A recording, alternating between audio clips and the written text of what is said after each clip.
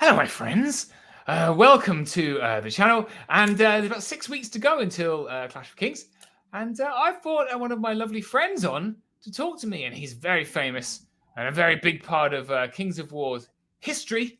And so I'd like to bring to the screen. I've stolen the StreamYard setup. I'll explain why later from from the Golden Trolls. It's Mark Lovely Zielinski. Hi, Mark. Hey, Steve, how you doing? I'm doing really good. It's so nice to see you. Well, I'm going to get to see you in person in about 6 weeks, so I'm really excited. I'm so excited. That's exactly why I brought you on here. And so the last time I saw Mark was at Adepticon, 2 years ago. Mm-hmm. 2 years ago, which I met him for the first time, obviously having spoken to him a lot. If you don't know who Mark Zielinski is, Mark, would you like to tell us a little bit about why a Kings of War gamer might know who you are? The clue. Well, let's see.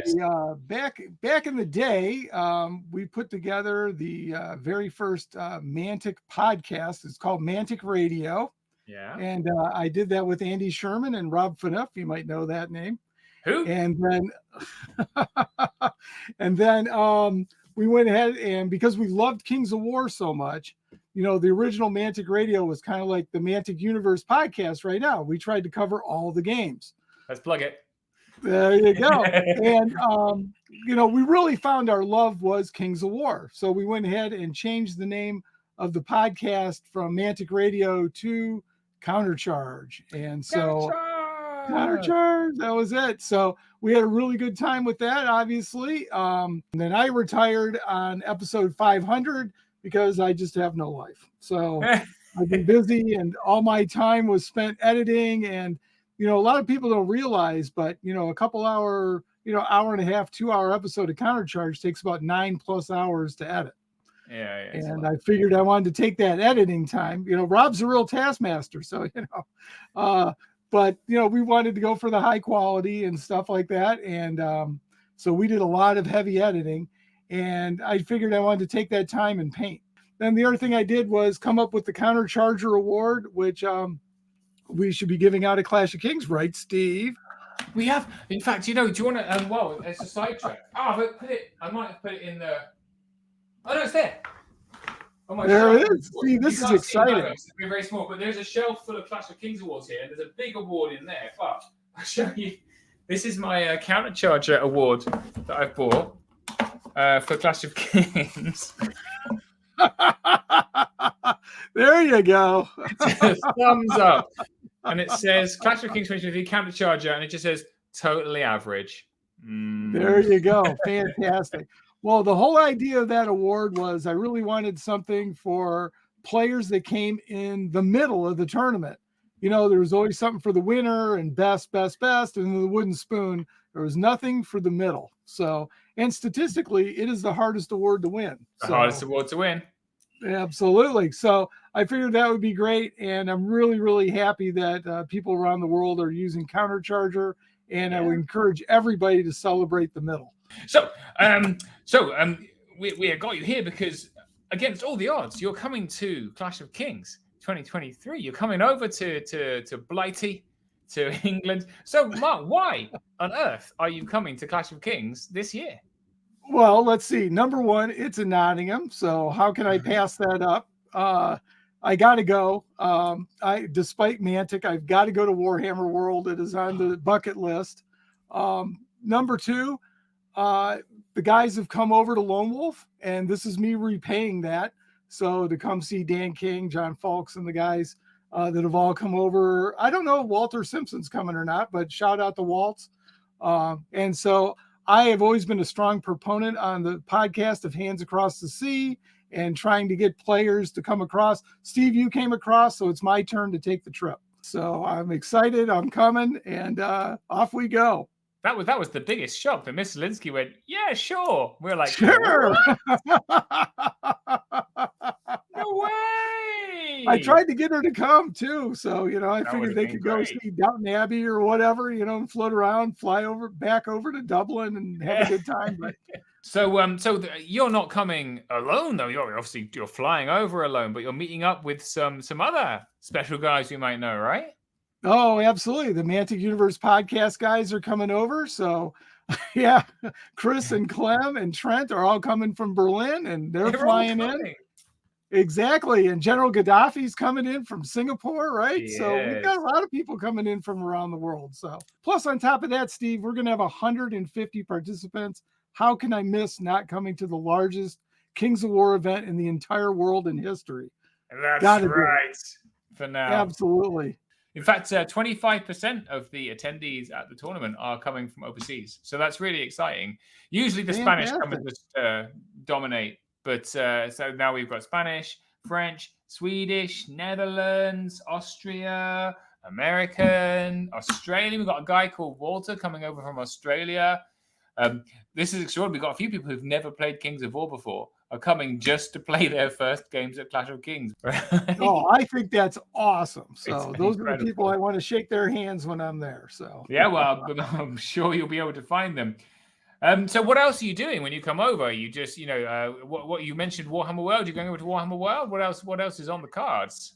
Yeah, well, we're still filling out the dance card here, but let's see. I'm coming in Thursday sometime. Friday, I understand we're going to Mantic. Something's going on in Mantic on Friday night. So it's the launch of the new Mantic campaign. Is it called Shadowed Horizons? I think something like that. So the new Mantic campaign is launching. They're having a massive battle at Mantic on the Friday. Plus, all the games played at Clash of Kings will count towards the outcome of the campaign. So that's super, super exciting. And I think Chris and Clem are rumbling about putting something on as well. So I think there's some stuff going on at Mantic on Friday for sure. I will be putting up tables and complaining loudly about internet connections in the venue. But you and the committee, hey, we may swing by, see what's going on, laugh at you for a little bit, maybe help with a chair or two. So yeah, we'll catch up, but maybe go for a curry or something like that. Yeah. That sounds good. And then, Saturday night we have board games. When the venue closes at 7 on Saturday, the upstairs bar opens. We've got that all evening. It's exclusively for us. So if you're wearing your Clash wristband, then you'll be able to get in. And then the bar is ours to use. Ronnie's going to give a State of the Nation address of Kings of War about 8:30-ish. You can bring takeaways in to eat there, and we can sit there and play board games all night. So please do reserve that for your evening. So that's going to be super, super fun. May even be a pub quiz if I can persuade Tom Robinson to don his sparkly red jackets to do that. We shall see. There you go. Good. Just got to make that a requirement. So yeah, you must come, or I will cry. If you want to see a grown man cry, then you can also come and see that. That's fine. There you go. And then Monday we're planning on hitting Warlord Games and then Warhammer World. Yeah. Tuesday, everybody's leaving. So I'm your problem on Tuesday, Steve. I got to figure something out to do. I don't know if Walter's coming, but then I'll be heading to Birmingham probably. And then I leave on Wednesday. That's all good. So what are you planning on playing, most importantly, Mark? Oh, well, at the tournament, I'm playing whatever army you give me, Steve, which is my tradition for flying to a tournament. So do it every lone wolf. I borrow an army. So we're going to do that for Clash of Kings as well. So well, you can play my Riftforged Orcs because it's my best looking army. There's a bunch of them in a cupboard over here. But we need to decide as long as it's 100% Mantic, because there's a prize from Ronnie. Ronnie's supposed to be running around giving away freebies, right? That's right. If you bring a 90% by model count Mantic army, Ronnie is wandering around. So we're going to ask you when you walk in if you've bought a Mantic army or not, yes or no. And then we're going to give Ronnie in game 1 and 2 all of your tables, and he's going to wander around with a list, ticking off the list. And if he agrees it's 90% Mantic and he likes it, he's going to give you an exclusive miniature and a £10 off voucher at the Mantic store to be used at the shows. So it's pretty to add to the voucher you've already got in your gift bag, which is very exciting. So Mark, we need to quality. That's what it is. We need to decide what list it is that we're gonna use. So by the magic of technology, look at this. I have prepared 3 Look lists. at you. I know. Very fancy. So we've got 3 lists for you based on the miniatures that I can field without having to paint too many more miniatures. Although, Mark, I'm not going to lie, I've got a bunch of Hellstrikers sitting here unpainted because I ran out of blue paint. So I've just got Now, would those be printed off the Mantic Vault by any chance? They have been printed off the Mantic Vault. But here's why it's such a genius marketing decision, because by printing so many flipping Hellstrikers, I've then had to go and buy a bunch of other ones to supplement my list. So that is a Riftforger, which I've bought, although I finished this one. You can't quite see, but anyway, he's nice. Not based. So there you go. So they have got some filthy money out of me as it is anyway. So this is list 1. So I've created 3 lists of different varieties for you to choose between. This is a very melee-focused list. This is, I think, the simplest list of the 3 to use. So we've got a couple of regiments of unforged orcs to carry tokens and just be kind of chaff. Along with these orclings we've also got. We've got 2 hordes of Riftforged Legionnaires. So these are giant hordes, hit on 3s. One of them's got the striding boots. We've got a Storm Giant, because I think giants are really fun. Plus, it's my best miniature. It's really nice. We've got Stormforged Shrine, kind of a linchpin of the list. We've got Thonar, because he's amazing. We've got a dragon. Got a dragon, because I figured, if we're going to put it in, might as well give you a dragon. And then this formation. So we've got 2 regiments of legionaries and the reborn legionaries who can apologize. This is it's all melee apart from your dragon. Hitty list. It's not a lot of inspiring in it, I'd say, but there's 3. It's pretty good. So that's list 1. List number 1. Yeah, list number 2 it's like a Smarties list. Well, I literally went down and went, right, let's just have one of everything. You got some Morax, and really because these are all the units I've got. I didn't put the dragon in it or the giant, but got some Morax with some Berserker Orcs, pretty terrible, but they're okay. A horde of legionaries, a regiment of reborn legionaries for inspiring, 2 Riftwalker troops, which are quite fun. A little bit of flying chaff. Some Thunder Seers, which I think are really fun. 30 attacks. Can't say no to 30 attacks, can you? You've got lots of dice. By the way, do you need to borrow some dice as well? Yes, probably. You can always pick those up. Yeah, write down. Mark, dice. Even though I should tap into some of the stocks here, but I want to save weight. That way I can bring things back that I bought. So nice. Some Tundra Wolves, just because I painted some. 1 horde of Hellstrikers, so I don't have to paint anymore. 1 regiment of Orclings, a Storm Slayer, which is like a troll, mainly because I like the miniature that I painted. The Shrine again, a Mounted Stormbringer, a Wizard, like a Stormcaller, with some lightning bolt, and flying hero Stormbringer. So that's Smarties list.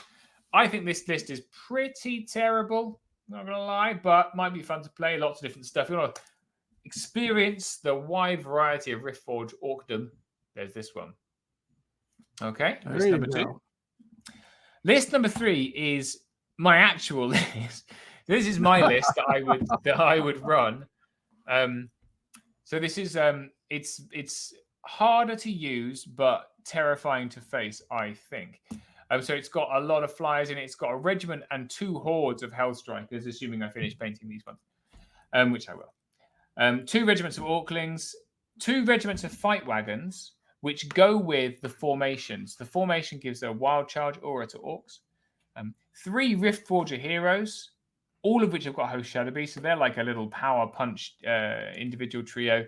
And then 2 of the flying heroes, the Stormbringers and Hellstrike Manticores. So that's a pretty good list, I think. I say myself. Sure, you won a tournament with it, so Yeah, with a 2,000-point version of this list, I would say. But this is the 2,300 version.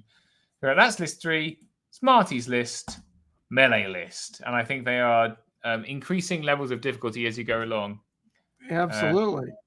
So any thoughts, Mr. Zielinski? Any thoughts? Well, yeah, originally when I was taking a look at this, I was thinking the Smarties list just because there was a bunch of stuff in it. So list number 1 is short on, I don't know if I could reach out and touch anybody. I'm looking at the speeds on this. I'm going to get stuck like a dwarf in the back, not being able to charge anything.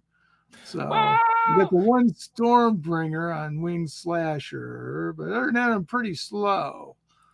So the key with this list is what you do is you put your Orclings in front of your Legionnaires. You make people charge your Orclings, and then you countercharge with all of your very killy things. Or you're you got to say that right, Steve. Yeah. Countercharge. And then you countercharge. All right, there you go.